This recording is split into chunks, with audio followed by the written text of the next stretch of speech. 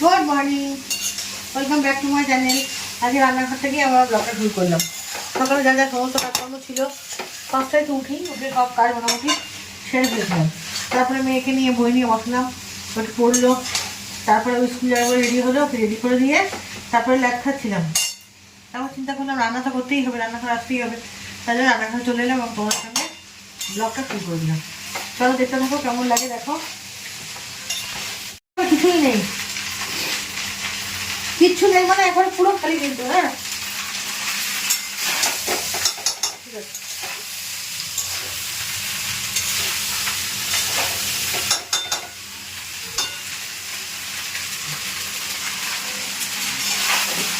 আজকে সকালে টিফিনে ভাত ছিল অনেকটাই, তাই ভাবলাম একটু ভেজে দিই। এরা অনেকদিন খায়, শীতকাল না করলে ভাত করে খাওয়া যাবে, কেমন হবে জানি না খেতে।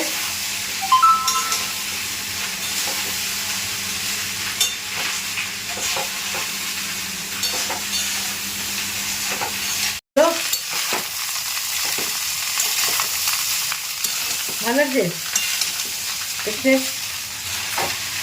কমন জানিও।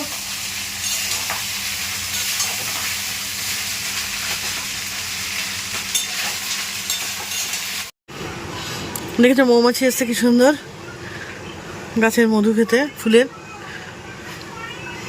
অনেকক্ষণ থেকে খাচ্ছে, আমি চেষ্টা করছি এটাকে ক্যাপচার করার, করতে পারছি না কিছুতেই। কি ভালো লাগছে না?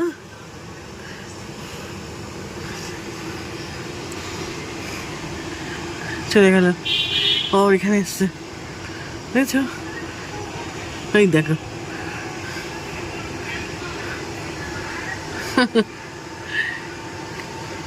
কি ভালো লাগছে না?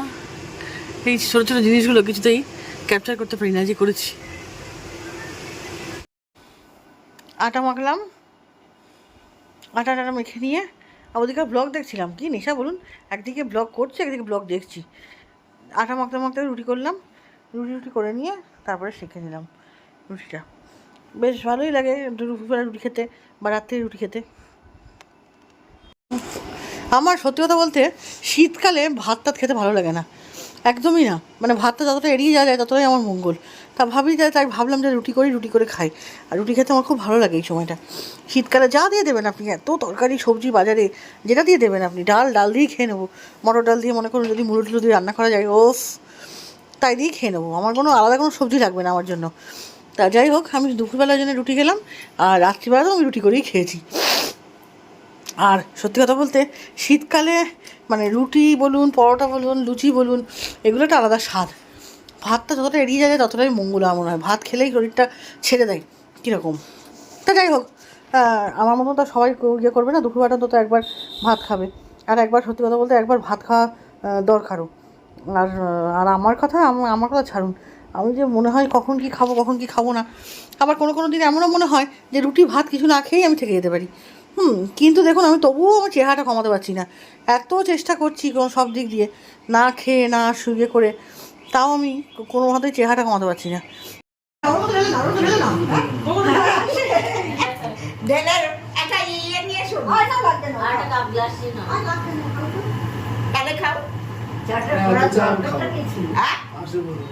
একটু করলাম, গলাটা ভেজাও না।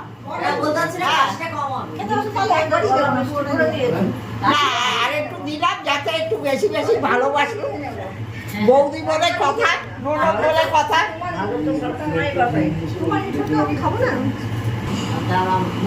আমি ছিলাম, তাই মামাকে ফোন করলাম, চলে আসো, বাবু আসছে। মামা চলে গেল, গিয়ে খাওয়া দাওয়া করলো আর ফটো তুললো। বাবু ঘাটে বসে ফটো।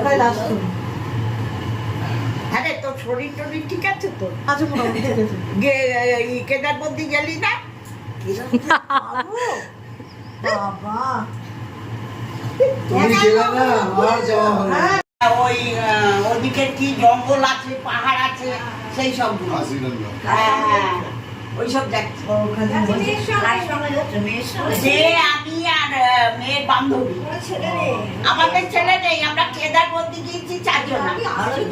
যাই হোক, সকাল থেকে ভাবছি ভিডিওটা করবো না, কিন্তু দেখো কি মানে ভগবানের কি খেল, ভিডিওটা আমাকে শুরু করতেই হলো। কারণ আজকে আমার পিসি, কাকা কাকিমা, তারপরে পিসির মেয়ে, আমার দিদি, আর এক পিসির ছেলে যে কোনোদিন আশাই করিনি তার সঙ্গে দেখা হবে, তাকে দেখে আজকে জেঠি, বাড়ির প্রত্যেককে দেখে, ফ্যামিলির প্রত্যেকটা মেম্বারকে দেখে ভীষণ ভীষণ ভালো লাগলো। মানে এ ভালো লাগা একটা অন্যরকম ভালো লাগা,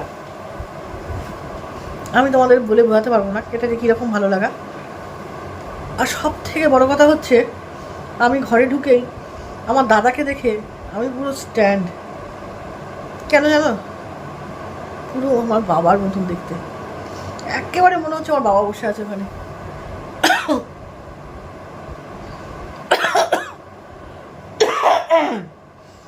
কোনোদিন যা আশাই করিনি, কোনোদিন যা ভাবিনি, সেই ভাবনাটাই আজকে আমার সঙ্গে ঘটেছে। মানে কি বলবো,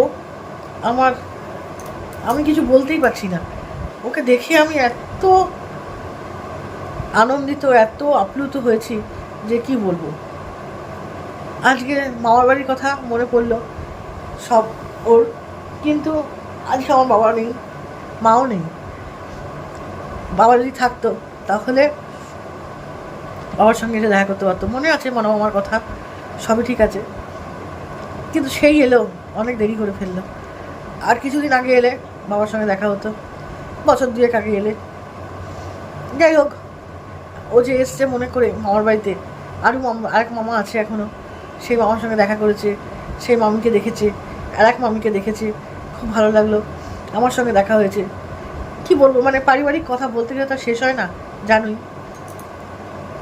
যাই হোক, মানে এখন চলে গেল, রানাঘাট লোকাল ধরলো, কালকে ও ফ্লাইট আছে ওর সকালবেলা, ও চলে যাবে।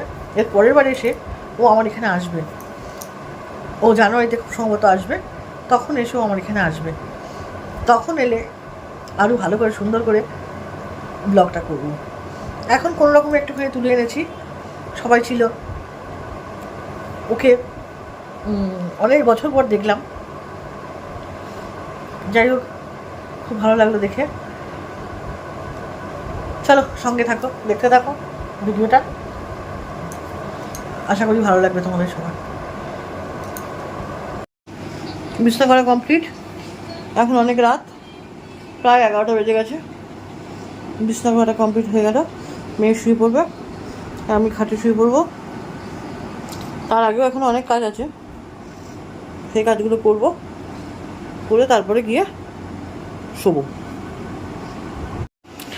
সকাল থেকে রাত পর্যন্ত যে কীভাবে কেটে যায় দিনটা বুঝেই উঠতে পারি না। প্রচুর কাজ থাকে, কাজের মধ্যে দিয়ে দিনটা সময়টা কেটে যায়। আর শীতকাল তো একটু ল্যাট খাওয়ারও টাইম, এবার সেই সময়টা বেশ ভালোই লাগে। আমার শীতকালটা আমার খুব প্রিয় কাল। আর এই যে শীতকাল পড়েছে কটা মাস, 2 মাসের জন্য, তো যাই হোক আমি 2 মাস চুটিয়ে মজা করবো। গরমকাল আমার খুব কষ্টের কাল বাবা, আর শীতকালটা হচ্ছে আমাদের সব থেকে প্রিয় কাল। যাই হোক, প্রত্যেকে ভীষণ আনন্দ করবেন। আর শীতকালে মানে প্রচুর সবজি পাওয়া যায়, সেই সব সবজি টবজি ভীষণভাবে রান্না করবেন, মাছ মাংস থেকে একটু দূরে থাকবেন। আর না আমার কথা বলছি, আমি সবার কথাই বলছি, মাছ মাংস থেকে একটু দূরে থাকবেন। আর হচ্ছে ইয়ে করবেন, ভালো কথা, ভীষণ প্রচুর সবজি খাবেন। এই সময়টা তো সবজির গরমকালে কী পাওয়া যায়, পটল আর ঝিঙে ছাড়া কিছুই পাওয়া যায় না। তা যাই হোক, সবাই ভালো থাকবেন, সুস্থ থাকবেন। আমিও খুব ভালো আছি, আনন্দে আছি, আর ভালো থাকার চেষ্টাও করছি। শীতকাল যেহেতু আমার ভীষণ ফেভারিট কাল, বারবার একই কথা বলছি। আর আমাকে ছেড়ে যাওয়ার আগে অবশ্যই একটা সাবস্ক্রাইব করবেন। আপনাদের লাইক শেয়ার কমেন্ট তো অবশ্যই প্রয়োজন আমার, প্রতিজন একটা করে শেয়ার করবেন, তাহলে আমি যেমন করে আপনাদের কাছে পৌঁছেছি তেমন করে আরও যাতে প্রচুর মানুষের কাছে পৌঁছে যায়, সেই চেষ্টাটাই দরকার আমার, আর কিছুই না।